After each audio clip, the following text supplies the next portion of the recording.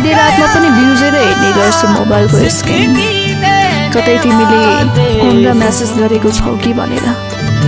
तर तिम्रो फोन र मेसेज होइन, मलाई विगतका दिनहरू। रात कटती नहीं, दिन गुजरता नहीं,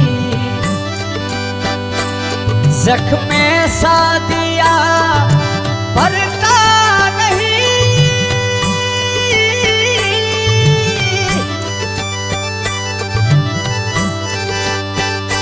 आँख वीरान है, दिल परेशान है, गम का सामान है।